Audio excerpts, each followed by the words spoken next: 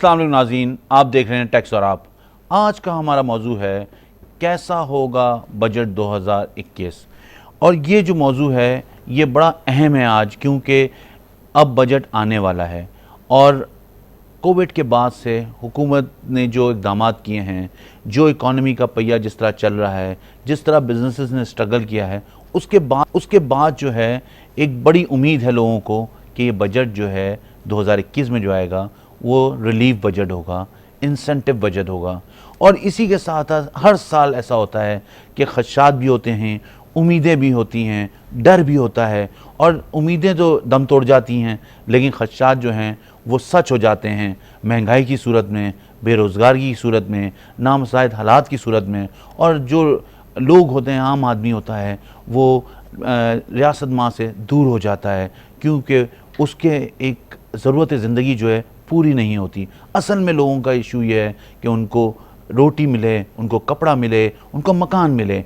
और बजट जब देखते हैं तो वहाँ पे इतना बड़ा डेट होता है, फाइनेंशियल डेट होता है, जहाँ पे लोन लिया हुआ होता है। उस लोन को पूरा करने के लिए प्लग इन करते करते उस किश्ती में इतने सुराख होते हैं फाइनेंशियल उसमें, जिसको बंद ही नहीं किया जा सकता। और अल्टीमेटली जो बर्डन होता है, जो मुसीबत आती है, जो लोगों पे परेशानी आती है, वो आम आदमी पे आती है, जो सिर्फ हुकूमत की तरफ देखता है, जिसका आखिरी आसरा हुकूमत होती है, और जो हुकूमत से ही चाहता है कि उसको देखे। और ये उसका बुनियादी हक भी है।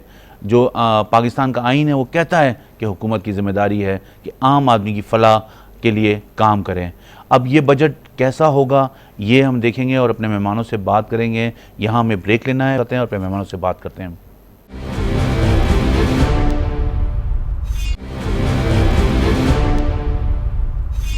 ब्रेक पे जाने से हम पहले बात कर रहे थे कि लोगों को उम्मीदें हैं, लोगों के खदशात हैं, और ये खदशात जो हैं ये मेरे ख़्याल में बहुत अहम भी हैं, इसलिए कि लोग ये समझ रहे हैं कि कोविड-19 के बाद क्या सूरत हाल होगी। इकॉनमी का जो है, महंगाई जिस तरह बढ़ रही है, जिस तरह लोग देख रहे हैं कॉस्ट ऑफ लिविंग जो है वो बढ़ता जा रहा है, तो उसकी वजह से आम आदमी परेशान है। हमारे साथ मौजूद हैं शारिक वोरा साहब, president Karachi chamber of commerce, और हमें ज्वाइन किया है शेरबाज बिलोर साहब ने, जो president KPK chamber of commerce हैं। हम उनसे बात करेंगे कि वो क्या समझते हैं, बिज़नेस कम्युनिटी क्या समझती है कि हुकूमत को इस दफ़ा किस तरह का बजट लेके आए टैक्स के हवाले से, और क्या इक़दाम करने चाहिए जिससे बिज़नेस भी सस्टेनेबल हो और टैक्स का निज़ाम भी सस्टेनेबल हो। मैं पहले जाऊँगा शारिक वोरा साहब की तरफ। अस्सलाम वालेकुम शारिक साहब। जी वालेकुम अस्सलाम। बहुत शुक्रिया सर, आपने हमारे लिए वक्त निकाला। आज हम बात कर रहे हैं कि कैसा होना चाहिए बजट 2021। आप कराची चैम्बर जो है वो पाकिस्तान का सबसे बड़ा चैम्बर है और सबसे ज़्यादा इकनॉमिक एक्टिविटी जो है कराची में होती है। आप क्या समझते हैं कि हुकूमत इस दफ़ा किस तरह का बजट लेके आ रही है? कोई आपके पास कोई पहले से कोई इन्फॉर्मेशन है, और क्या आप क्या समझते हैं किस तरह का बजट लेके आना चाहिए? दो सवाल आपने पूछे। एक तो ये कि क्या हमारे पास कोई ऐसी न्यूज़ है कि हुकूमत जो इस दफ़ा बजट बना रही है उसका ट्रेंड क्या होगा, उसका पैटर्न क्या होगा? जी बिल्कुल। तो मेरा ख्याल है कि जो इस तरह से पिछले बजट हमारे बनते हैं मोर और लेस वैसा ही होगा, इसलिए कि हुकूमत के पास भी फिस्कल पॉलिसी में और बजट में कोई ख़ास देने के लिए अवाम के लिए कुछ है नहीं। इसलिए कि ज़ाहिर है पाकिस्तान की एक्सपोर्ट्स जो हैं वो कमोबेश उतनी ही रहेंगी, और जो हमारा करंट अकाउंट डेफिसिट है वो भी तकरीबन उतना ही है। आज ही आपने पढ़ा होगा कि वो $3 बिलियन को पर मंथ टच कर रहा है।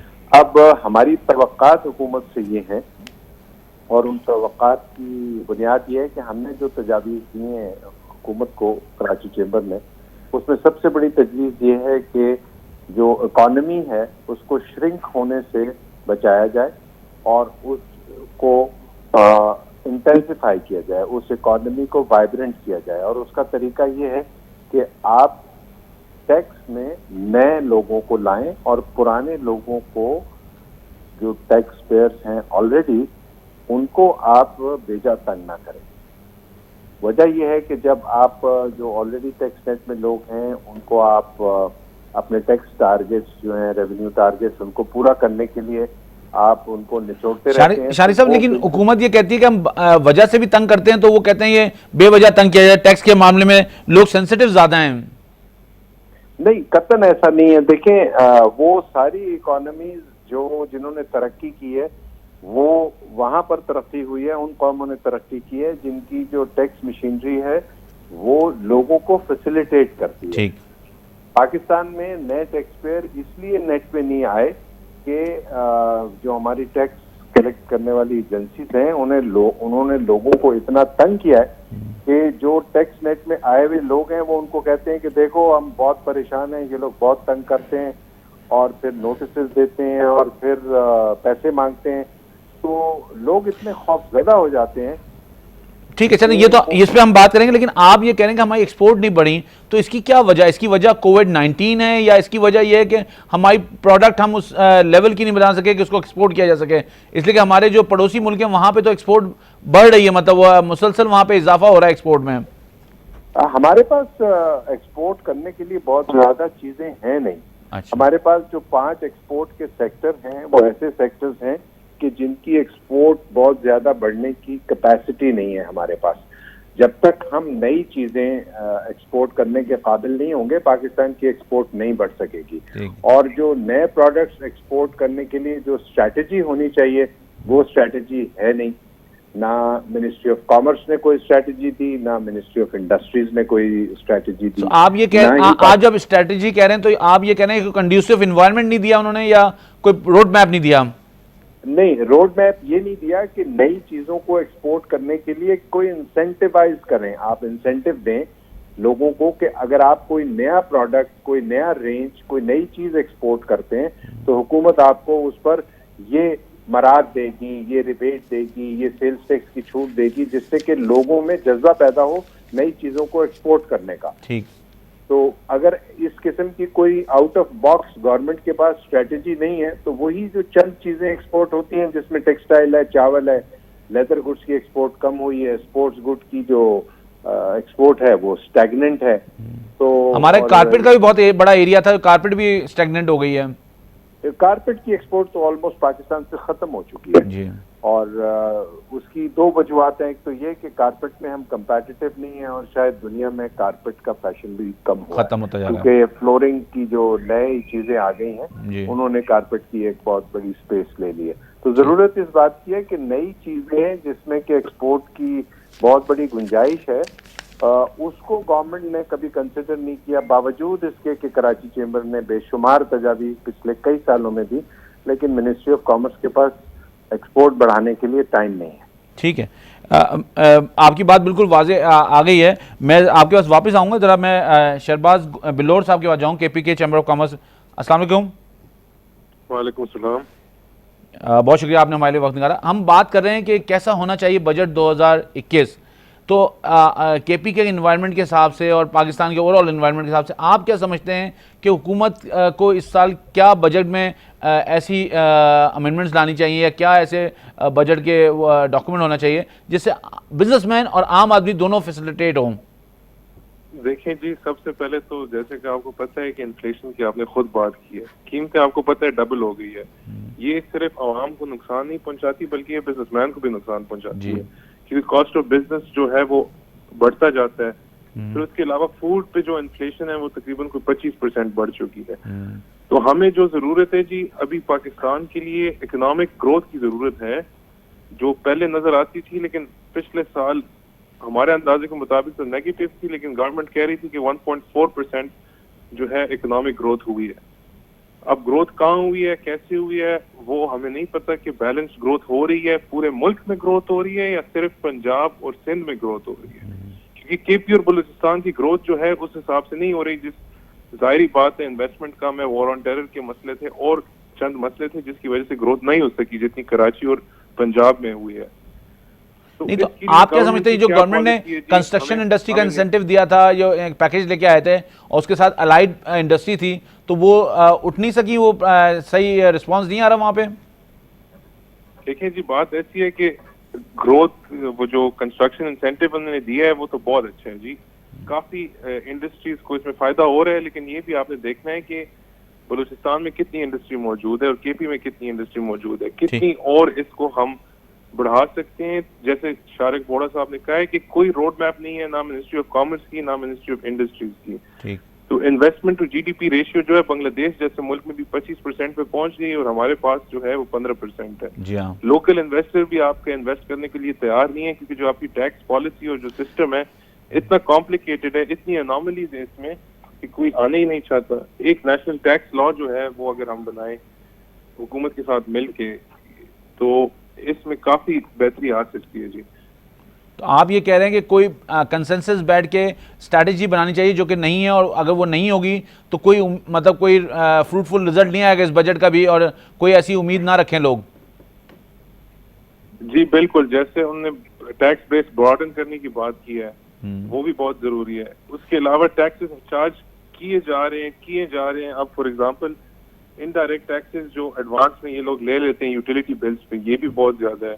ठीक है। बाकी इसके अलावा कोरोना की जो एसओपी से दोबारा दुकानें बंद हो रही है और ताजिरों को भी नुकसान हो रहा है, तो ये कहाँ से अपने किराए पूरे करेंगे, कैसे अपने ये लोग जो है बिल्स देंगे, और जो कोरोना की रिलीफ हुकूमत ने दी थी वो उसको एक्सटेंड करना चाहिए कम से कम 3 सालों के लिए, क्योंकि तीसरी लहर आई है जैसे आप सबको पता है। तो आप ये कह रहे हैं कि ये इम्पैक्ट जो है 3 साल तक आगे जाएगा बिजनेस पे? जाहिर बात है, कोरोना सही भी हो जाए तो ये तो होगा। ठीक है। बाकी तो हमारा जो अब अगर हम ये देखेंगे पाकिस्तान, जैसे अभी शारिक साहब ने कहा कि एक्सपोर्ट नहीं बढ़ रही क्योंकि कोई नई प्रोडक्ट नहीं आ रही, और पाकिस्तान के पास ये बड़ी मतलब इन्होंने एक नई बात की है कि कोई ऐसी प्रोडक्ट नहीं है जिससे एक्सपोर्ट बढ़ाई जा सके, कोई ऐसी चीज़ नहीं है जो एक्सपोर्ट की जा सके। तो आप भी यही समझते हैं कि? देखिए जी, पोटेंशियल तो पाकिस्तान में है, लेकिन अगेन हुकूमत की पॉलिसियां बेहतर होंगी तो ही कुछ होगा। अब सीपैक के जरिए काफी रशकई में इन्वेस्टमेंट आ रही है और फैसलाबाद में भी वो प्लान कर रहे हैं कि एक नई इंडस्ट्रियल एस्टेट लगाएं, लेकिन जाहिर बात है इंडस्ट्री चलाने के लिए हमें बिजली और गैस की जरूरत है, जो इंडस्ट्री को पूरी मिलती नहीं है। तो लगता है कि इंडस्ट्री हमारी बेहतर हो सकती है, नई इनोवेशन आ सकती है हमारी इंडस्ट्री में। ठीक है, आपका पॉइंट ऑफ व्यू आ गया। मैं जरा शारिक बोल रहा साहब के साथ। शारिक साहब, आप ये कह रहे थे कि सेल टैक्स की एग्जेम्पशन दी जाए और एग्जेम्पशन टैक्स की, तो सर ये तो पूरी तारीख इससे भरी हुई है कि एग्जेम्पशन दी गई, गदून अमीज़ाई ले लें आप और दूसरी इंडस्ट्रियल जोन है, लेकिन कोई चीज़ प्रोडक्टिव नजर नहीं आई इसमें। मैंने ये नहीं कहा कि आप किसी स्पेशल इकोनॉमिक जोन में इंसेंटिवाइज करें। मैं तो ये कहता हूं कि सेक्टर्स को इंसेंटिवाइज करें। अच्छा। वो इंडस्ट्री कराची में लगे, फैसलाबाद में लगे, बिलोर साहब के यहाँ पेशावर में लगे, केपीके में लगे, कहीं भी लगे, पूरे सेक्टर को पूरे मुल्क में ग्रोथ की जरूरत है। अगर आप एक किसी जोन में किसी को इंसेंटिवाइज करेंगे तो वो तो आपकी एग्जिस्टिंग जो इंडस्ट्री लगी है टैरिफ एरिया में उससे मुतसादिम होगी। मेरा कहने का ये मतलब था कि आप ऐसी मराहत दें जिससे कि नई प्रोडक्ट को एक्सपोर्ट करने में मदद मिले। मसलन अगर आप पाकिस्तान से सीमेंट एक्सपोर्ट करते हैं तो इस वक्त चाइना को और मिडिल ईस्ट को सीमेंट की प्रोडक्ट्स की जरूरत है, तो सीमेंट के प्रोडक्ट्स को अगर आप इंसेंटिवाइज करें तो बजाय सीमेंट के वो प्रोडक्ट्स एक्सपोर्ट हो सकती हैं। इसी तरह पूरी दुनिया में आपको पता है कि आजकल रिसाइकलिंग इंडस्ट्री का एक बहुत बड़ा कॉन्सेप्ट है जी, और उसमें ये जो प्लास्टिक्स जो जगह जगह बिखरी हुई गंद मचा रही है और पोल्यूशन को, एनवायरनमेंट को खराब कर रही है, उसको एक्सपोर्ट दुनिया कर रही है। बिलियंस ऑफ डॉलर्स की एक्सपोर्ट हो गई है इंडिया की और बांग्लादेश की। तो इस किस्म की प्रोडक्ट्स जिसमें कि आपको बहुत ज्यादा कैपिटल इन्वेस्टमेंट नहीं चाहिए, बहुत ज्यादा आपको स्किल्ड लेबर नहीं चाहिए, लेकिन आपके वॉल्यूम्स बढ़ सकते हैं। इसी तरह पाकिस्तान के पास बहुत सारी ऐसी फूड की प्रोडक्ट्स हैं जो कि हम एक्सपोर्ट कर सकते हैं, वैल्यू एडिशन कर सकते हैं। लेकिन शायद सर ये अगर हम पिछले 10-12 सालों में देखें, 15 सालों में देखें कि आप हमारी जो बिजनेस कम्युनिटी है उसने चाइना को अपना हब बना लिया था। जो भी उनकी परचेजिंग होती थी, रॉ मटेरियल होते थे, ये जो बॉटल वाली बात है, लोग वहाँ से शीट मंगाते थे यहाँ से और दाना बनाते थे, उसका बॉटल यहाँ से जाती थी। तो ये जो चीज़ है इसमें अगर हम अपनी इंडस्ट्री लगा लेते तो आज सूरत डिफरेंट होती है। देखिए, ये भी बात आपकी बिल्कुल दुरुस्त है कि और वो इंडस्ट्री लगी है चाइना से। रिसाइकलिंग इंडस्ट्रीज ने सीखा है और इसमें इम्प्रूवमेंट थोड़ी बहुत आई है, लेकिन वो इंपोर्ट सब्स्टिट्यूशन हुई है। हम बात आपका सवाल था कि एक्सपोर्ट करने के लिए क्या करना चाहिए। दो चीजें, एक तो ये कि जब आप इंपोर्ट सब्स्टिट्यूशन करते हैं तो आपका ज़र मुबादला बचत होती है, दूसरा एंगल ये है कि जब आप एक्सपोर्ट करते हैं तो आपके ज़र मुबादला की अर्निंग में इजाफा होता है। तो हम उस पॉइंट को डिस्कस कर रहे थे कि उसकी एक्सपोर्ट के लिए गवर्नमेंट को जो सेक्टर्स पाकिस्तान में वायबल हो सकते हैं, देखिए दो किस्म की पॉलिसीज बनती हैं, एक शॉर्ट टर्म एक लॉन्ग टर्म। पाकिस्तान को इस वक्त जरूरत यह है कि वो दोनों पॉलिसीज पर फौरी तौर पर अमल करें, क्योंकि जब तक आपका जो करंट अकाउंट डेफिसिट है वो रेमिटेंस से या IMF से उस तरीके से बहुत ज्यादा सस्टेनेबल नहीं है। करंट अकाउंट डेफिसिट आप नहीं, तो आपने तो इंपोर्ट रोक के इसको बेहतर किया है जी। मैं कह रहा हूं आप इंपोर्ट रोक दी गई हैं जिसकी वजह से ये बेहतर हुआ है कुछ नंबर्स। नहीं, देखिए नंबर्स तो बेहतर हुए थे टेम्परेरी 5-6 माह के लिए, और उसके बाद दोबारा इंपोर्ट में बड़ी तेजी से इजाफा हुआ है। इंपोर्ट बढ़ना कोई देखें बुरी बात नहीं है। बात यह कि अगर आप क्या इंपोर्ट कर रहे हैं, अगर आप इंडस्ट्रियल मशीनरी इंपोर्ट कर रहे हैं, पावर जनरेशन की चीजें कर रहे हैं, रॉ मटेरियल्स फॉर एक्सपोर्ट कर रहे हैं, तो जरूर कीजिए, इसलिए कि वो आपके पास रॉ मटेरियल बहुत दुनिया में हर मुल्क हर चीज अब प्रोड्यूस नहीं कर सकता। ठीक, हर मुल्क की अपनी स्ट्रेंग्थ है। ठीक है, तो आप ये कहना रॉ मटेरियल्स हैं या जो इंडस्ट्री के लिए चीजें हैं वो इंपोर्ट करें, लेकिन फिनिश गुड्स को इंपोर्ट करने पे थोड़ा सा रिस्ट्रिक्शंस होनी चाहिए। बिल्कुल दुरुस्त कहा, ठीक है। बिल्कुल। अच्छा, मुझे बताइए कि आप इन प्रिंसिपल आप इस बात को सपोर्ट करते हैं कि जो भी इंडस्ट्री नहीं लगे, जो भी सेक्टर हो, तो टैक्स एग्जम्पशन नहीं देना चाहिए, वैसे इंसेंटिव दे दें in terms of property, in terms of दूसरी इलेक्ट्रिसिटी, लेकिन टैक्स की एग्जम्पशन नहीं मिलनी चाहिए। बिल्कुल, देखें टैक्स एग्जाम्पशन जो है वो किसी को भी नहीं मिलनी चाहिए, इसलिए कि टैक्स एग्जाम्पशन में डिस्क्रिमिनेशन होता है। ठीक है। जो इस्लामाबाद में ताल्लुक वाला होता है वो जाकर अपनी इंडस्ट्री को टैक्स में एग्जाम्पशन करा लेता है, अपने रॉ मटेरियल को एग्जाम्प्ट करा लेता है। जरूरत इस बात की है कि टैक्स का निजाम यकसा होना चाहिए छोटी बड़ी इंडस्ट्री सबके लिए, और टैक्स की बुनियाद पर ना आपकी ट्रेड बढ़ती है ना किसी मुल्क की बढ़ी है। एक्सपोर्ट तभी बढ़ती है जब आपकी वैल्यू एडिशन, आपकी क्वालिटी दुनिया में ग्लोबल लेवल पर एक्सेप्टेबल हो। ठीक है, बहुत शुक्रिया सर, आपका पॉइंट ऑफ व्यू आ गया। बहुत वाज़ेह अंदाज में आपने कहा कि टैक्स पे कोई कॉम्प्रोमाइज़ नहीं होना चाहिए, क्योंकि टैक्स अगर लिया जाएगा तो टैक्स काम बेहतर होगा और इकोनॉमी बेहतर होगी। दूसरी इंसेंटिव्स दें इंडस्ट्री को, सेक्टर्स वाइज दें, ताकि वो फ्लरिश करें और एक्सपोर्ट बढ़ सके और पाकिस्तान की इकोनॉमी जो है बेहतर हो सके। हमें यहाँ ब्रेक लेना है, ब्रेक से वापस आते हैं, फिर हमें जो हमारे मेहमानों ने ज्वाइन किया उनसे बात करेंगे, वो उनका क्या ख्याल है कि बजट 2021 कैसा होना चाहिए। वापस आते हैं ब्रेक के बाद।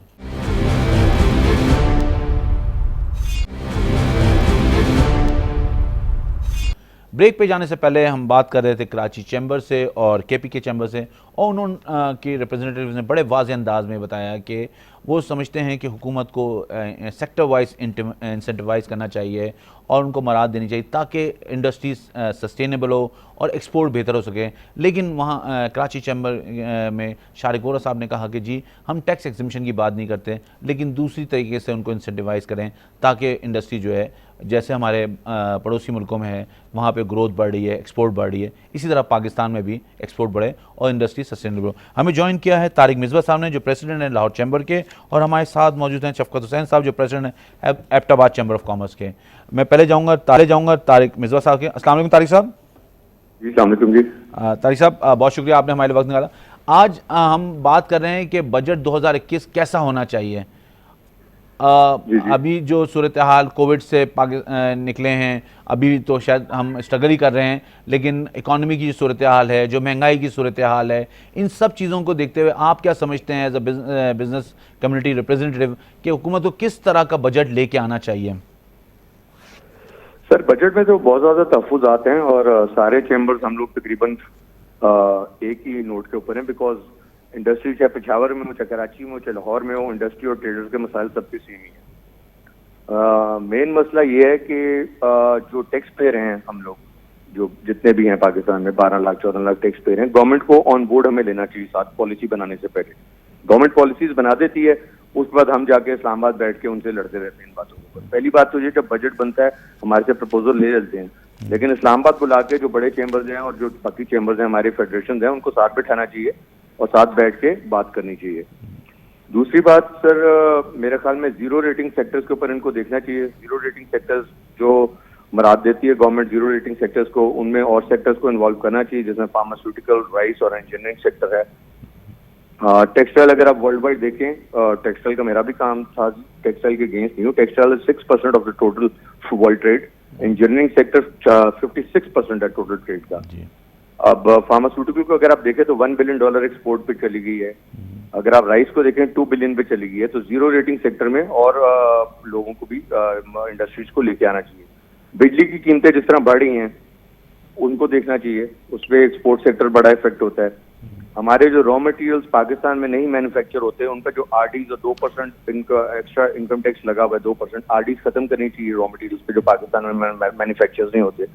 बिकॉज अगर हम लोग अपनी प्रोडक्शन की जो रेट्स हैं उसमें कमी आएगी तो फिर हम एक्सपोर्ट में जाके। अच्छा तारिक साहब, ये जो आप बात कर रहे हैं ये बड़ी मतलब बुनियादी बातें हैं जो आप कर रहे हैं, लेकिन बात ये हो रही है कि अब जीरो हम रेटेड की बात कर रहे हैं तो हम क्या आप ये समझते हैं कि सेल टैक्स, इसलिए कि एक्सपोर्ट, हम तो पर्टिकुलरली एक्सपोर्ट से पाकिस्तान का बड़ा जो स्टेक है वो है, और एक्सपोर्ट पे तो सेल टैक्स है ही नहीं।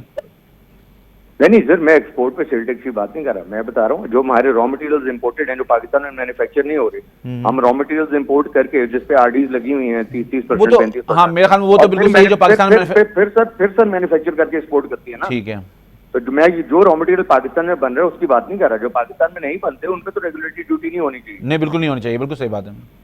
तो आप क्या समझते हैं कि ये जो जिस तरह का इस वक्त टैक्स का सिस्टम है इससे क्या बिजनेसेस करना चैलेंजिंग हो गया है या पाकिस्तान इसको बेहतर किया जा सकता है? किस तरह का प्रपोजल आप देना चाहते हैं? सर बहुत ज्यादा चैलेंजिंग हो गया बिजनेस करना, तो मेरे ख्याल में इस बजट के बाद और ज्यादा चैलेंजिंग हो जाएगा। अच्छा। अगर गवर्नमेंट ने business related businessman related tax related budget ना बनाया, बिकॉज हालात बिगड़ते जा रहे हैं इंडस्ट्री के, गवर्नमेंट इस तरफ सीरियस नहीं है। मैंने वही आपको बोला ना, स्टेक होल्डर्स को साथ नहीं बिठा रही। स्टेक होल्डर्स को साथ बिठाना जरूरी है।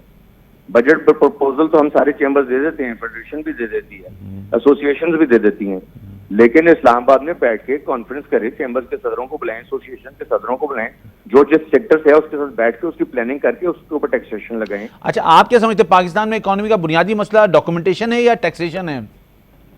सर मेरे ख्याल में इम्प्लीमेंटेशन ज्यादा मसला है। अच्छा, तो इम्प्लीमेंटेशन होती है तो फिर वो हैरेसमेंट में आ जाता है? नहीं सर, हैरेसमेंट तो टैक्स गवर्नमेंट तो कह रही है, हम लोग जाना चाहते हैं इस निजाम के ऊपर कि ऑडिट्स ना हो, ये ना हो, मतलब कि इंस्पेक्टर जैसे रिजीम होनी चाहिए, लेकिन वो गवर्नमेंट कह देती है लेकिन फिर भी इम्प्लीमेंटेशन नहीं होती उसकी। लेकिन पाकिस्तान के जो नंबर्स हैं इस वक्त, अगर 22 करोड़ की आवाम है और पाकिस्तान में सिर्फ 30 लाख टैक्स फाइलर हैं, तो आप क्या समझते हैं कि ये इनकरेजिंग है? मतलब ये तो बहुत ही डिप्रेसिंग है। ये तो फाइलर है ना, सारे फाइलर टैक्स पेयर भी नहीं होते जी, ये तो फाइलर हैं, जीरो फाइलिंग भी होती है जी। तो टैक्स पेयर तो इससे भी आधे हैं अगर आप टैक्स पेयर देखें तो। गवर्नमेंट का पहला मंशूर में था कि हम टैक्स पेयर के नंबर जो बढ़ाएंगे, नहीं बढ़ा सके। नहीं, टैक्स पेयर तो वही है जो पहले थे, और उन्हीं को अगर आप स्क्वीज करी जाएंगे टैक्स पेयर्स को, जो कि गवर्नमेंट कहती है बिजनेसमैन टैक्स नहीं देता। सर बिजनेसमैन टैक्स नहीं देता, मुल्क चल किस तरह रहे? ठीक है, नहीं तो आप ये कह रहे हैं कि जो ऑलरेडी टैक्स में इस नेट में हैं उन पे जोर ना डालें, जो लोग आउट ऑफ द सिस्टम है उनको पकड़ें। जी बिल्कुल बिल्कुल। तो उसमें तो देखें ना, ये सप्लाई चेन में तो हमारी पूरी लोग कारोबार तो कर रहे हैं, कारोबार अनरजिस्टर्ड के साथ भी कर रहे हैं, और उस पर वो कंप्रोमाइज करने को तैयार नहीं है, तो ये कैसे हो सकेगा फिर? सर अनरजिस्टर्ड और रजिस्टर्ड में तो बहुत बड़ा मसला है। बेसिक वो आईडी कार्ड की शर्त है जिसके ऊपर मसला पड़ा हुआ है। हमारे जो छोटे सप्लायर्स हैं वो जो माल हमारे जो होलसेलर्स बेचते हैं, जो छोटे सप्लायर्स हैं, उनके पास आईडी कार्ड सर कहाँ से वो टैक्स, उनके पास वो दो एक बंदा, एक बाप और बेटा दुकान में काम कर रहा है, वो कहाँ से फाइल करेगा कागज, कहाँ से लाएगा? उनको तो पता नहीं करना क्या नहीं करना। ठीक है, मैं आपके फिक्स टैक्स लगाते तो ज्यादा बेहतर है। ठीक है, मैं आपकी तरफ वापस आता हूँ। जरा मैं शफकत हुसैन साहब से बात करूँ जो प्रेसिडेंट है एबटाबाद चैम्बर। अस्सलाम वालेकुम शफकत साहब। बहुत शुक्रिया, आपने हमारे वक्त निकाला। मैं ये पूछ रहा था, आपके ख्याल में बजट जो है 2021 कैसा होना चाहिए? देखें, मैं बुनियादी तौर पे हम इस मुल्क के लिए बिजनेसमैन जो है वो कंट्रीब्यूट करना चाहता है, लेकिन जिस तरह ये मिर्जा साहब ने बात की है, हमें अर्डल है इसमें टैक्स का जो मौजूदा निज़ाम जा रहा है, या जो डिपार्टमेंट बिहार जिस तरह डील करना चाहती है उस तरह छोटा बिजनेसमैन, छोटा इंडस्ट्रियलिस्ट, अब काटेज इंडस्ट्री, स्मॉल इंडस्ट्री, इनके लिए वो कानून नहीं बनाना चाहिए जो कि बिग इंडस्ट्री के लिए है। ठीक है। एक चीज, दूसरी चीज ये है कि अब आप फॉर एग्जांपल ले लें, हमारे यहाँ ग्रेनाइट, ब्लैक ग्रेनाइट का के प्रोसेसिंग यूनिट लगे हुए हैं, उन पे इन्होंने 17% 17.5% सेल टैक्स लगाया है जी। जबकि बिजनेसमैन या छोटा इंडस्ट्रियलिस्ट कह रहा है कि जी आप इस तरह करें कि हम बिजली के बिल के साथ हमारे ये फिक्स करें, क्योंकि हम इसे अफोर्ड नहीं कर सकते जो इसको मेंटेन करेगा। अच्छा शफकत साहब, ये मुझे बताएं कि फिक्स टैक्स वाली रजीम से वापस हुकूमत नॉर्मल रजीम पे आ रही है, ये तो सक्सेसफुल नहीं हो सकी। टैक्स फाइलर्स नहीं बढ़े, टैक्स पेयर नहीं बढ़े इससे। नहीं, टैक्स पेयर बढ़ रहा है। टैक्स पेयर मेरे भाई आपका इसमें ग्रामीण मुझे मेरे ध्यान में नहीं रहा। बात यह है जी कि टैक्स पेयर किसको आप कहते हैं? बुनियादी तौर पे मैं जिस वक्त माचिस लेता हूँ उस पर भी मैं टैक्स दे रहा हूँ, मैं नमक ले रहा हूँ, मैं आटा ले रहा हूँ। जनाब कौन सी ऐसी चीज है जो एक गरीब आदमी टैक्स नहीं दे रहा है? सर वो तो इनडायरेक्ट टैक्स है ना शफकत साहब, उससे तो महंगाई बढ़ रही है। सर बात इस तरह है कि अगर महंगाई बढ़ रही है तो उसके लिए हमें ये सोचना चाहिए कि महंगाई क्यों बढ़ रही है, और जो इनडायरेक्ट टैक्स है इसको हम डायरेक्ट टैक्सेशन में किस तरह ला सकते। जब तक आसानियां आप नहीं पैदा करेंगे, फॉर एग्जांपल आप कह रहे हैं जी मुझे कि आप 17.5% टैक्स दें, मैं कहता हूँ जी मैं देने के लिए तैयार हूँ, लेकिन आप मुझे जिस वक्त बिहार के पास लेके जाएंगे तो मैं तो भाग जाऊंगा, या फिर वो आप समझते हैं, मैं ओपनली कहता हूँ ये बात। और जिस तरह मिर्जा साहब ने कहा है कि ये इन्हें रियल बिजनेसमैन के साथ बैठ के इस बजट को और इस मुल्क के लिए कंट्रीब्यूट करना चाहिए। अदरवाइज जिस तरह ये हो रहा है, इस तरह इंतहाई ज्यादा मुश्किलात हैं। और अपना वज़ीर-ए-आज़म साहब खुद जाती तौर पे जिस तरह इसमें कोशिश कर रहे हैं, अगर वो इसी तरह बाकी हम सब लोग भी करें तो मेरे ख्याल में ये मामला हल हो सकता है। लेकिन जो नीचे हम लोग बैठे हुए हैं, देखिए शफकत साहब, मामला हल क्या होता है? आप बिजनेस कम्युनिटी कहती है टैक्स कम कर दो, टैक्स नहीं लगाओ, इस तरह के जो प्रपोजल आते हैं वो हुकूमत इस सूरत हाल में कैसे मान सकती है? कोई बिजनेसमैन ये नहीं कहता कि हमने टैक्स नहीं देना या बिजनेस में अपना टैक्स आप कम करें। बिजनेसमैन ये कह रहा है जी कि इसमें आसानी पैदा करें ताकि हमें डिपार्टमेंट के पास ना फंसना पड़े, हमें लीगल एडवाइजर के पास ना फंसना पड़े, हमें इसकी जो बुक कीपिंग है उसमें ना फंसना पड़े, हम इजीली इसको पे कर सकें। That's all. उसमें अब काम ये है गवर्नमेंट का कि उसको इजीएस्ट बनाने के लिए कोई ऐसे लॉ कानून में इस तरह की तरमीम लाई जाए ताकि एक आम आदमी जो है उसके लिए। देखें, अब मैंने आपको पहले भी एग्जांपल दी कि हमारा जो मार्बल सेक्टर है इसमें बहुत कम लोग जो हैं वो पढ़े लिखे हैं, बहुत कम लोग हैं, तमाम इलिटरेट लोग जो हैं वो काम कर रहे हैं। अब उसमें आप किसी को कहेंगे कि जी आप करें अपना एक चार्टर्ड अकाउंटेंट हायर करें तो लाख रुपया कहाँ से पे करेगा भाई?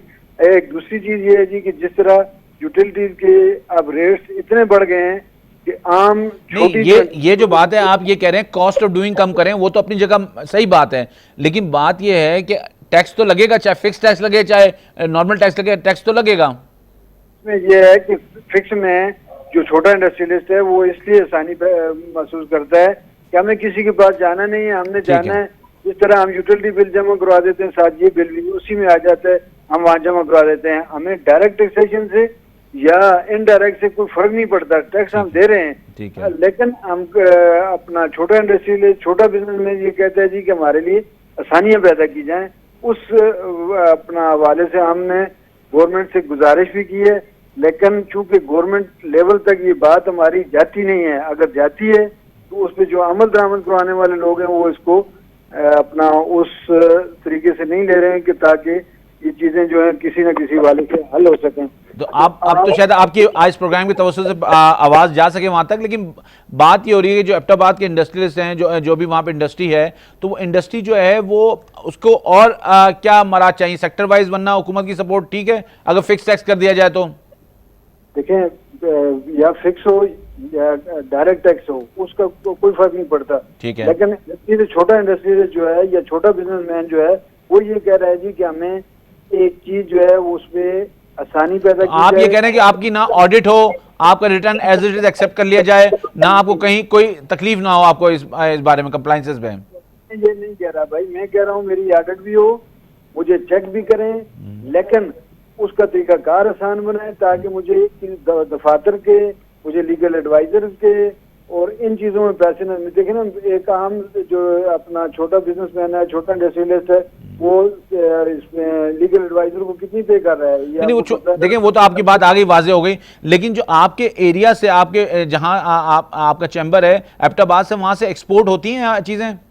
अब तो पाकिस्तान का इस वक्त मसला ये है कि पाकिस्तान से एक्सपोर्ट होनी चाहिए। नहीं, स्पोर्ट आप गुंजाइश देंगे तो तब अब आप यही स्टोन आप जो हम का ब्लैक ग्रेनाइट दुनिया में हमारे पास इसके ज़खायर हैं, चाइना यहाँ से ले जाके रॉ मटेरियल वहाँ उसको फिनिश करके दुनिया को भेज रहा है, तो हमें आप अगर उसमें करेंगे, यूटिलिटी बिल्स हो गए, उसके अलावा और चीज़ें सस्ती होंगी तो हम दुनिया में कंपटीशन में बैठ सकेंगे।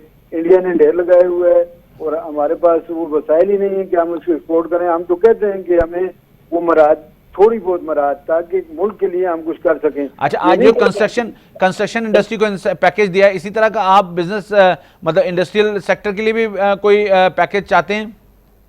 दिया जाए ताकि ये जो इंडस्ट्री, छोटी इंडस्ट्री है, ये कंपटीशन में उसमें अपना क्या कहते हैं, एक्सपोर्ट करने में हमें जो हर्डल हैं, जो मजबूरियां हैं, वो खुसूसन रेट्स के वाले से उसकी कास्ट कम होगी तो हम दुनिया में कंपटीशन में जा सकते हैं। हमारे लिए कोई प्रॉब्लम नहीं है। खुदा ने इतने बड़े ज़खायर दिए हुए हैं कि ये अपना दुनिया में किसी जगह इतने ज़खायर नहीं है जितने ज़खायर हमारे पास हैं, लेकिन उसमें हमें बहुत ज़्यादा परेशानियाँ हैं। परेशानियाँ ये है कि अब आपको मैं इस पर नहीं बता सकता। हमारे साथ मैंने अपना इस्लामाबाद में प्रेसिडेंट कॉन्फ्रेंस थी, पिंडी चैम्बर ने उसका इनकाद किया था।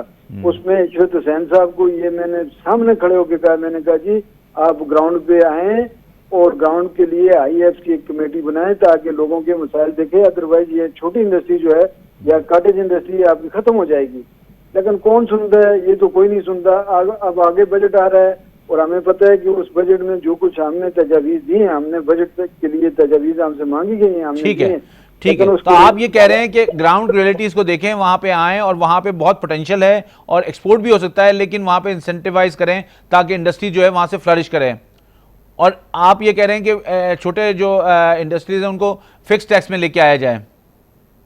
फिक्स लाएं या डायरेक्ट टैक्स लगाएं, लेकिन ये है कि उसमें आसानियां पैदा करें। ठीक है, आसानियां पैदा करें, बिजनेसमैन के लिए हर्डल ना हो कि जी हमने डिपार्टमेंट के पास हमने। ठीक है। तो आप ये कह रहे हैं कंप्लायंसेस के इशू को आसानियां पैदा करें ताकि बिजनेसमैन को ये प्रॉब्लम नहीं हो कि वो बार बार डिपार्टमेंट के पास जाके। बहुत शुक्रिया शफकत साहब, आपका पॉइंट ऑफ व्यू आ गया।